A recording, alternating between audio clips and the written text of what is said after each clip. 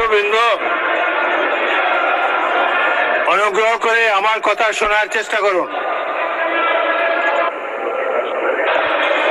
মাননীয় সদস্যবৃন্দ, আমরা মহান জাতীয় সংসদে কার্যপ্রণালী বিধি, সংবিধান এবং রেওয়াজসমূহ অনুসরণ করতে চাই। আপনারা এখানে কোনো খারাপ প্রেসিডেন্স উত্থাপন করবেন না।